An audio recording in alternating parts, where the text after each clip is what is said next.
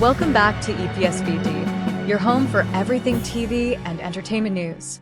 Today, we're diving into a fascinating connection between The Rookie and Sons of Anarchy, and how one actor seems to always end up in frustrating storylines that leave fans divided. Fans of The Rookie know James Murray, the community center owner and Nyla Harper's husband. On paper, James was meant to be the perfect stabilizer for Nyla, someone steady, reliable, and outside the chaos of LAPD life. But in practice, fans often complain he's too bland, overly cautious, and more of a roadblock in Nyla's story rather than a supportive partner. Whether it's shutting down her desire to back him up or reacting poorly to her pregnancy reveal, James often comes off as the most frustrating kind of character. Not toxic, just flat.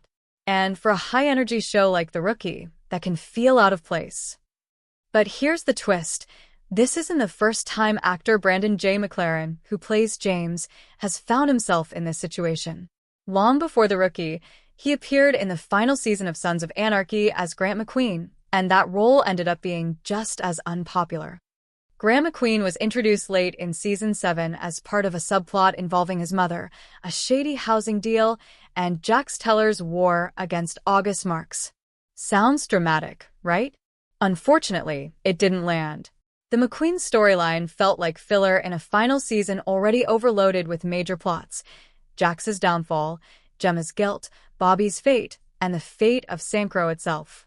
Fans were invested in those arcs, not in a brand new character who suddenly took up precious screen time. Even Grant's biggest moments, like striking Montez with a tire iron or freezing during Bobby's execution, fell flat.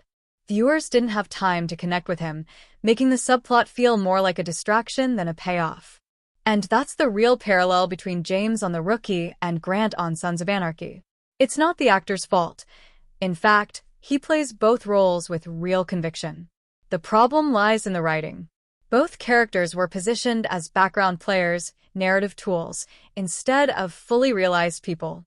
It leaves fans wondering, could these characters have worked better with more development, or were they doomed from the start by the way they were written? So, what do you think?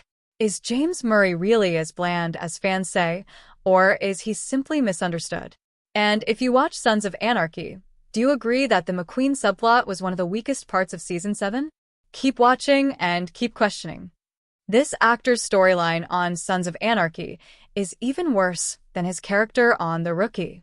If you've spent time in the Rookie fandom spaces, you've likely seen plenty of grumbling about James Murray, the community center owner and Nyla Harper's husband. For many fans, James has become the definition of a necessary but frustrating character, steady to the point of bland, overly cautious, and often out of sync with Nyla's energy. But what's interesting is that this isn't the first time Smith has ended up in the muddle of a storyline that left viewers frustrated. Long before The Rookie, Smith appeared in the final season of Sons of Anarchy as Grant McQueen, a role tied to one of the show's most unpopular late-game plotlines. Put simply, if you think James Murray is a hard watch, Grant McQueen might just have him beat. James Murray was always meant to be a stabilizing influence in Nyla's life. After so many years of undercover work, single parenthood, and riding the hectic cycles of patrol work, Nyla required a presence that was stable. James fit that description on paper. He had a community center to manage, he offered her the stability she needed, and he had a life outside the LAPD. He still does. But whereas that plan plays well on paper, it doesn't come together in practice. The issue with James is not that he's inherently bad or poisonous, it's that he's almost aggressively bland. With a show like The Rookie, where pretty much every relationship has some degree of tension, subterfuge, or unpredictability, James is the stick in the mud in the worst way. When Nyla presses him, he withdraws. When she becomes assertive, he warns against it. That conflict would have been compelling had it offered something new about Nyla, but it largely does the opposite. In Season 4, Episode 11, Nyla and James make their first appearance while on a walk in the morning, with the latter talking about how he is glad to be spending time with her. During the same conversation, they had a short back-and-forth discussion about how she wanted to be at his side for a conversation he was going to have with Curtis Jones, a peripheral figure in a recent case. James immediately shot down the idea, not wanting a cop hovering over his shoulder to avoid losing the trust of those in the community he serves. When she brought up the fact that he was dating a cop, he countered by saying that he needed to work extra hard to stay independent. The topic fizzled out after she told him that she didn't like not being able to have his back.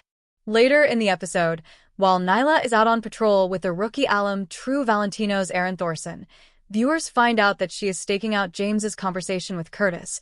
Nyla and Aaron would have otherwise gone unnoticed during this somewhat illicit stakeout had it not been for a theft a block away, whom they had to pursue. As soon as Nyla sped out of her shop to catch the criminal, James caught her eye, looking irritated that she'd done the opposite of what they discussed. In her pursuit, Nyla also manages to get a cut worthy of stitches, causing her to go to the hospital and find out that she was pregnant. When it came time for James to find out, his reaction was less than enthusiastic by miles, all because he was upset with her for breaking her promise of letting him handle the matter of Curtis alone. Of course, they make up later, and he ends up being ecstatic about the news in the end. Still, the writing turns James into a roadblock in the narrative rather than an encouraging partner. James fails to add depth to her character by accidentally flattening it instead. Sons of Anarchy stumbled with Grant McQueen in its final season. Throughout Sons of Anarchy's final season, Smith played Grant, one of the members of the Grim Bastards who became caught up in a plot many felt was unnecessary and distracting. Like James, Grant was portrayed as a good guy who struggled to cope with adversity.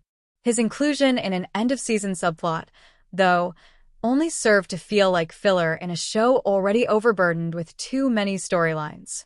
Audiences who remained loyal to Sons during its rough, bloody course were expecting a payoff, not some half-baked narrative concerning a person they didn't even know. While Grant's story had the makings of something impactful, a son trying to protect his mother from a corrupt housing deal and a predatory pastor, the way the show used him fell flat. Introduced in the middle of Season 7, Grant and his mother, Latricia, became pawns in Jax Teller's war against August Marks. They weren't so much fleshed-out characters as they were narrative conveniences. The biggest issue was timing.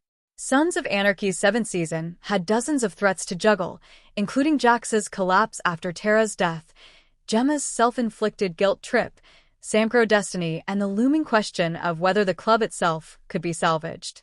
Viewers were eager to watch these plotlines intersect in the final stretch of the series. Instead,